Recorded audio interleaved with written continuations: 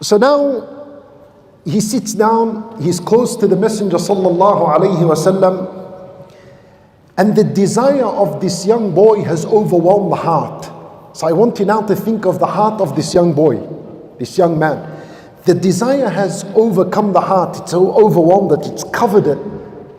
This young man is blinded by this desire. He cannot see what's right. He wants permission for what's haram. Now, the Nabi sallallahu alayhi wasallam is going to treat him. Listen to how he treats him. He says to him, أَتَرْضَاهُ لِأُمِّكَ. Are you pleased with this matter for your mother, for your daughter, for your sister, for your paternal auntie, for your maternal auntie? 5 female relatives he mentions. What is the Nabi sallallahu alayhi wasallam doing? You know what he's doing? He is awakening another emotion that's in the heart, which is known as al-ghairah, protective jealousy. You're all familiar with the concept of al-ghairah, protective jealousy, which also is an emotion that has been long gone, doesn't exist anymore. And if it does, it's very weak in the hearts of men. Allah Azza wa Jal created man and He instilled with him instinct. He instilled within him a fitrah, a natural disposition, an instinct. And that is that men have a protective jealousy upon their woman folk, their female relatives. Don't misunderstand this ghairah. Protective jealousy doesn't mean that you control your woman. Doesn't mean that you control your wife and your mother and your sister and your daughter. No, it means that you have a jealousy in the heart that if it's how can we say, if it's sparked, you have this urge to protect them from falling into al-haram or to fall victims of indecent relationships. That's what protective jealousy is. Protective jealousy is when you know that someone intends one of your female relatives in al-haram and evil. At this moment, there is an instinct, there's a feeling inside of the heart to get up and act and protect your woman. Al-ghairah. So now this young man, the emotion that's raging in his heart is what? Desire, ash-shahwa. And Nabi sallallahu alayhi wasallam is going to treat it by making al-ghairah, protective jealousy, dominate and overtake and overcome the heart. That's how he's going to cool down his desire. That's why he will mention 5 of his relatives. Every time he mentions a female relative, what is supposed to happen in the heart? Protective jealousy. No, I don't want this for my mother. Who dare do this to my mother? Then he tells him, what about your daughter? Who dares with my daughter? Who dares with my sister? Every time he mentioned a female relative, this quality, this emotion of the heart, al-ghairah, is getting stronger and stronger and stronger until it overtakes and overpowers and overrides the lust and the temptation that was in the heart. To the point at the end, he said he never looked at that direction ever again. You see the treatment? I tell you something. And Nabi sallallahu alayhi wasallam did not say to him, young boy, go get married. He didn't tell him, even though we all know, when the topic of a zina comes up, what do we suggest as a first solution? Get married, brother. We need to get the brothers married because of zina. He didn't tell him that.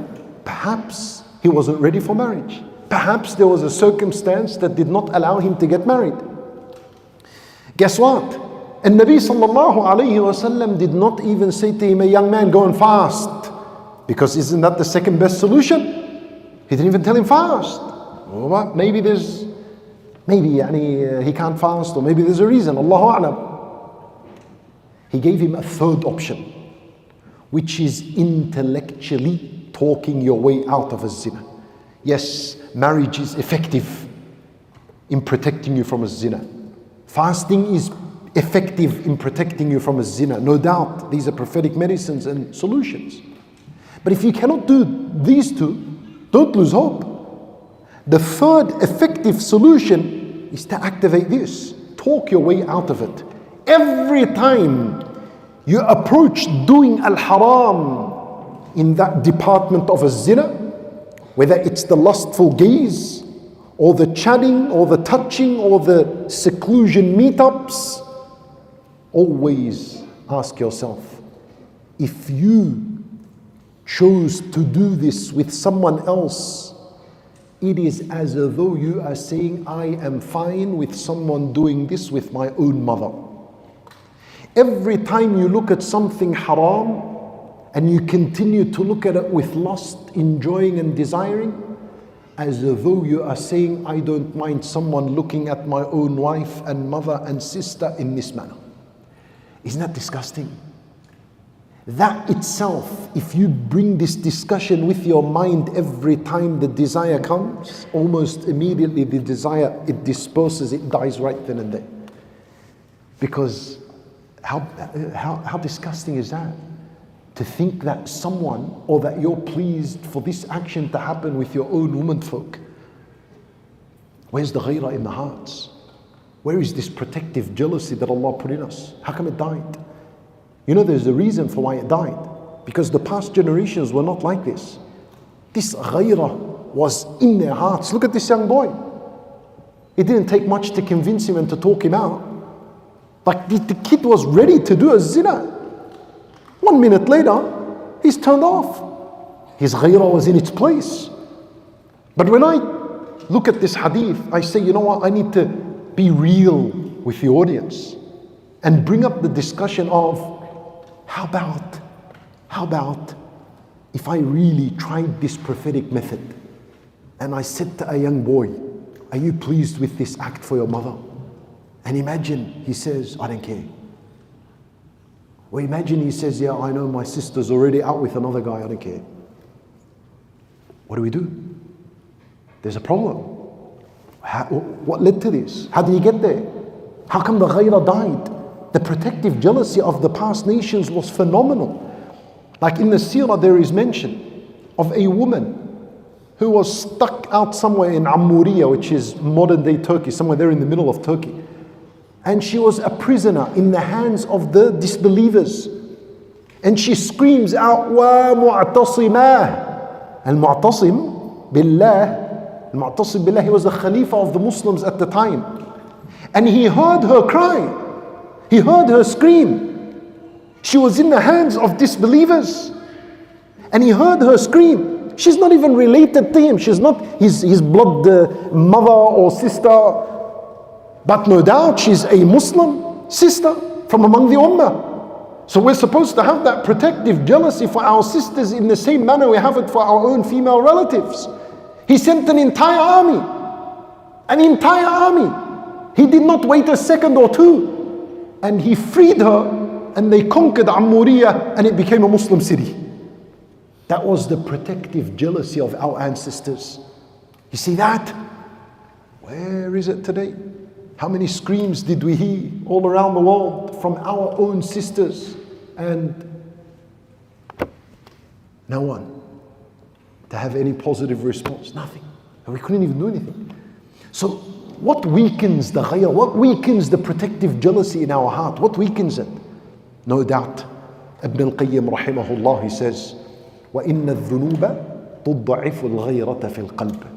He said sins are the primary cause for why jealousy, protective jealousy, is weakened in the heart. It's the sins, brothers and sisters in Islam. Especially in this department of a zina.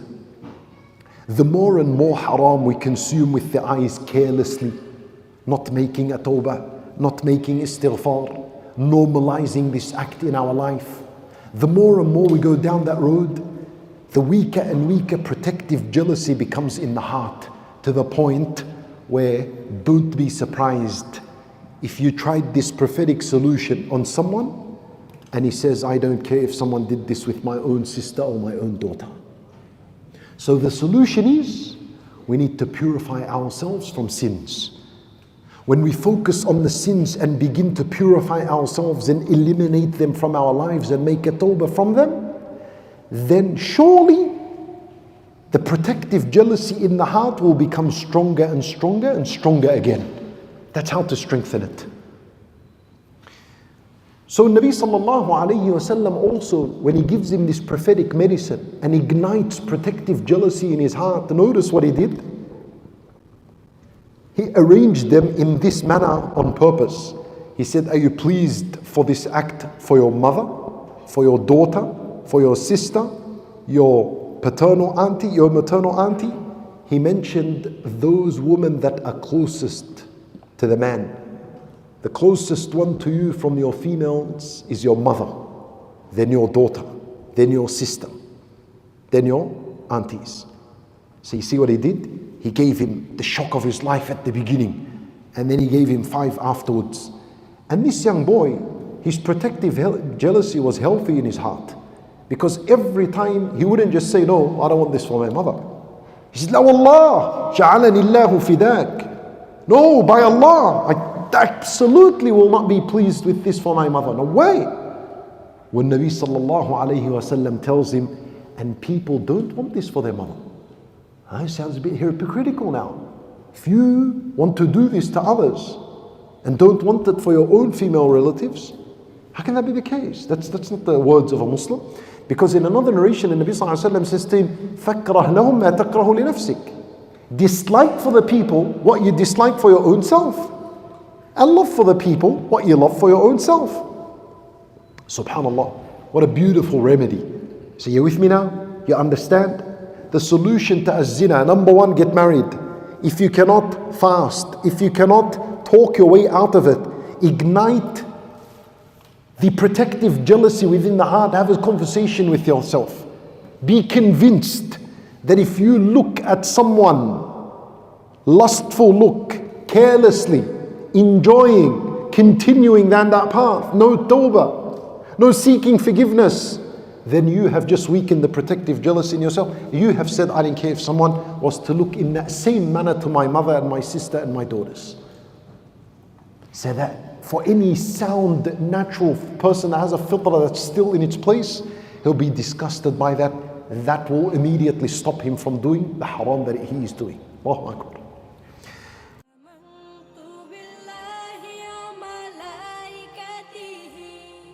وكتبه ورسله واليوم الآخر والقدر خيره وشره من الله والبعث بعد الموت